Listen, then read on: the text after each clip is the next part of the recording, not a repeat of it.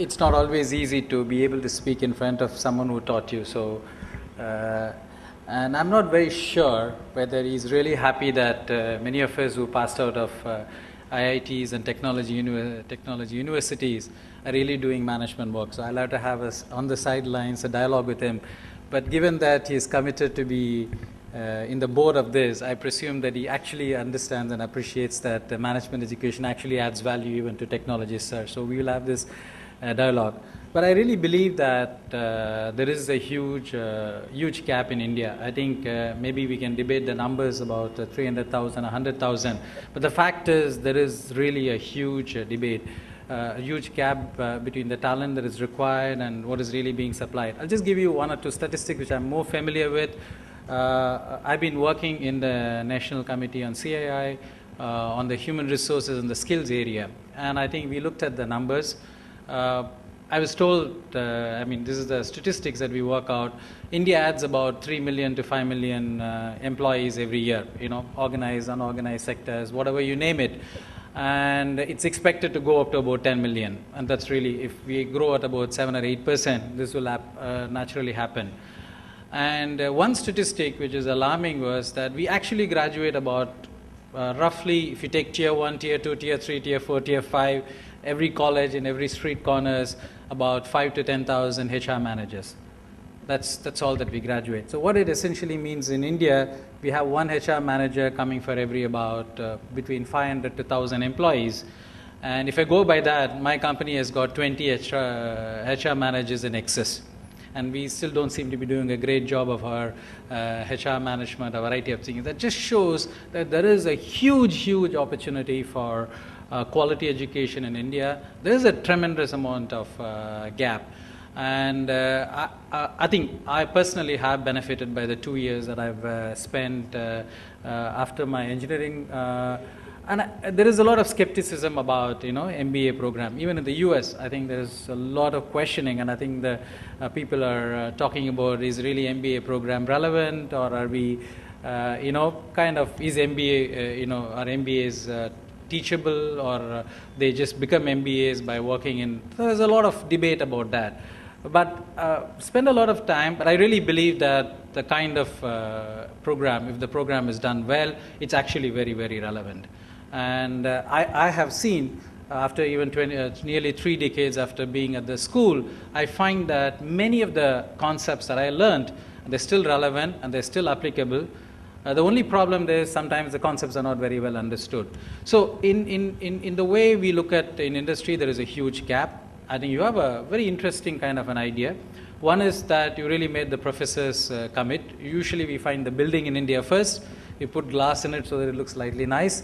And then, of course, students are always available. I mean, there's always parents and parents-in-law who want to get for advancing their career in education, you have to get an MBA program.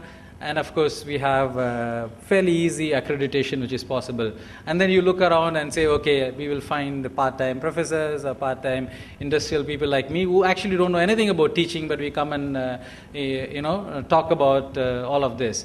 But for me, I think MBA program is quite a rigorous program. I believe that the value is in the rigor and not in just the exposure. I think that's really something which is absolutely important. And one of the things that we really look for in an MBA program, especially from the MBA students, is really good conceptual understanding, good theoretical framework. Because we always tend to think that MBA is all common sense. It's not something which can be what you're taught in MBA programs are fairly common sense. There is no theoretical foundations or basis for that. But I really believe that what we've done in MBA programs and what is being planned and things like that, there's very strong theoretical and foundational basis. And it is these theoretical and foundational bases that if we don't learn it at that point in time, there is a huge gap. And today, I think, barring maybe the top schools in India or the few tier 1 or tier 2 colleges, really there is a huge gap. And I think the quality of education at best is patchy and at worst it is miserable.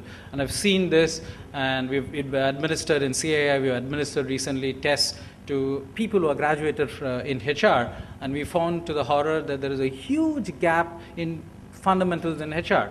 and fundamentals in this. And I think that is true. So I hope your, the program that you are looking at, you don't make it less rigorous. Just get people to get used to the fact that in work, it's a tough world, and you have to be very, very rigorous. So it is absolutely important that don't get carried away by the fact that we have exposure, we give them industrial exposure, we give them this. The second gap that I've seen, and I think this is something which has been talked about in India quite often, even at IIMs and especially IIM Ahmedabad, that is this theoretical framework that we do in the US, because most of the Indian MBA programs are largely a reflection of what really happens in the US, and the US business schools have been leading in terms of research framework. Is it really relevant? I think this is one debate which we can keep on going on, but I really believe that much of what we do in India is in businesses, at least the businesses that I run and things like that, and what I've seen, it's actually highly relevant. I think there isn't any thing to believe that the concepts that are emanating from the West are not relevant. We have to really dramatically change it. We have to have an Indian orientation to business. I'm not so sure. I think it's a nice thing to say that we have to Indianize it and indigenize it and a whole lot of things. But a lot of what is being taught in the business schools is actually relevant, provided it's taught well. And the second part, which I was quite happy to see in your thing, is that you're really talking about each professor with 3 people, right? I do hope that you really carry that through, 1 research associate and 1 teaching associate. I think the more important thing is the research associate. I think if we can really bring in 50 research associates, we can really use them effectively, because there is so much to be studied about in India which is really not being researched. I think there is a lot that you can do, a lot of rigorous research and coming to a deeper understanding of what a deeper understanding of the issues that are very relevant in India. I think please pay attention to the research associates, because research associates, I think, I know I have some good examples in my own company where we have taken some people who had spent research associateships in the Indian Institute of Management. They proved to be outstanding. So therefore, if we can really focus on the research element early on, I think you can build a niche for your schools much better than anybody else can do that. And I think the third element where I think there is a real gap is there is a huge gap in the number of cases or the caselets that are written on India. I think India has become much larger. I think many of our businesses are global.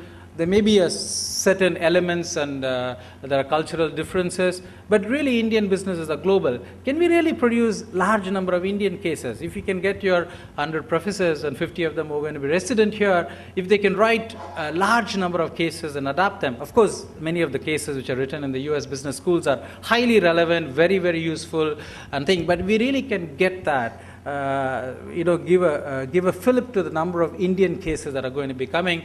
I think write a case on Ranjini Manian's global adjustment. I think you should be doing that. I think it's an outstanding example of a startup on entrepreneurship, identifying a niche and servicing the need and exceedingly well. So I think we have incredible amount of examples. I was quite intrigued by, I didn't have time to go through your full presentation, but I saw that you have Center of Excellence on small businesses, you have Center of Excellence on entrepreneurship, and you also have a Center of Excellence on brand and customer management. I think what I'm sensing in this world, and I'm sensing that when we see the last 10 years, there has been a lot of talk on strategy. There's a lot of talk on international business. What has happened is that some fundamental things like brands, customers have been forgotten.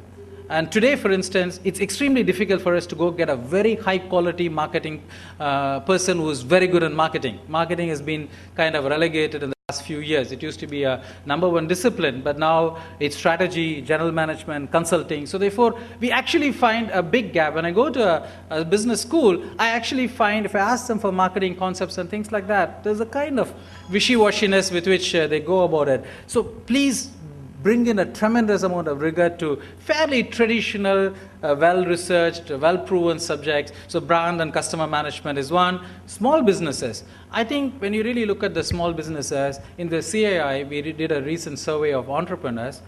we just find an unbelievable number of entrepreneurs coming up in Tamil Nadu. For instance, there was a book which was released which had 100 entrepreneurs, and the number of entrepreneurs were coming up, especially the first generation entrepreneurs are this. There is only one school in India which is actually focusing at a higher level. I'm saying there are several university departments which are talking about entrepreneurship, but I know that ISB, Indian School of Business, is the only thing which really is focusing on entrepreneurship. I think they have some thing with the University of Michigan or Northwestern, I don't recall.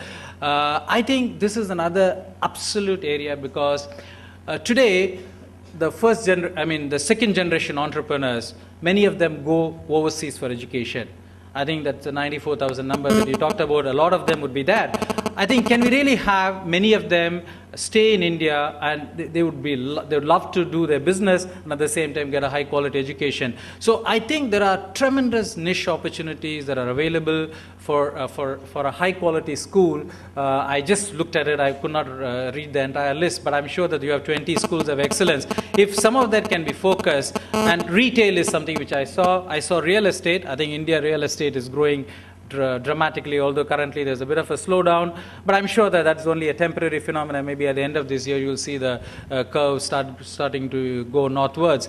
So I think that's another area where there's huge opportunity. There's a tremendous amount of gap in retail or in real estate, and these are things which are seen as outside the paradigms of management. So I think there is a tremendous opportunity. I think you have done the first thing, that you got the teachers in and believe in the rigor, put the students through a much tighter program that they would have. You will find that there's a little bit of a gap in that, and then bring in cases which there is tremendous opportunities, and bring some of the schools of excellences that you have. I think you will find there's a bottomless pit in terms of demand. I think, I don't know whether the numbers of 25,000 is right or wrong. It doesn't matter, but the order of magnitude, it's right. So I think there's a great amount of opportunity. Another area where I wanted to bring about is that, see, when I went to the business school, what we were told is the most important thing that you learn about is competition. Right? Competition is at the core of all the things. How do we win in competition? How do we compete and win? But I think the paradigms in the last 10 years suddenly have changed. I think the world is moving into something like a collaborate and compete mode.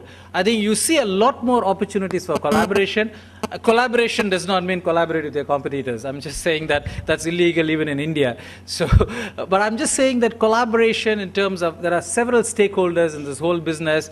How do we get collaboration into the system, and how do we really get people to work? I'm not talking about just as teamwork, which is one part of collaboration, but much larger frame.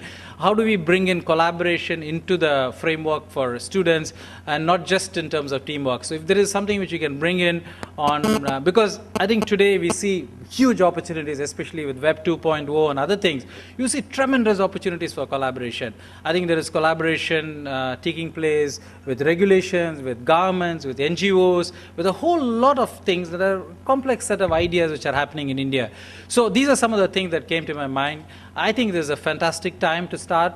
I think a kind of a slowdown is the best time to start a business school. You know, the good thing is that you don't have to worry about placement for 2 years. By the time the tide will lift up anyway, and you will find that you're very, very successful in placing yours, and all credit to you for choosing the time to start the business school. I really wish this the best, and I do hope that you will have an active collaboration with the industry in the form of case studies, getting them.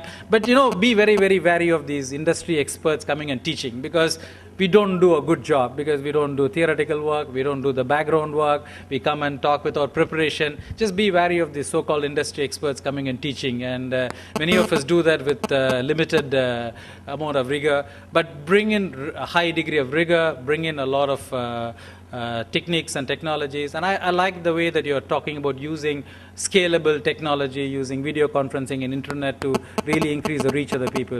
So I wish you all the best, and I do hope that the National Schools of Business become an important entity in the field of education in India. Good luck to you. Thank you.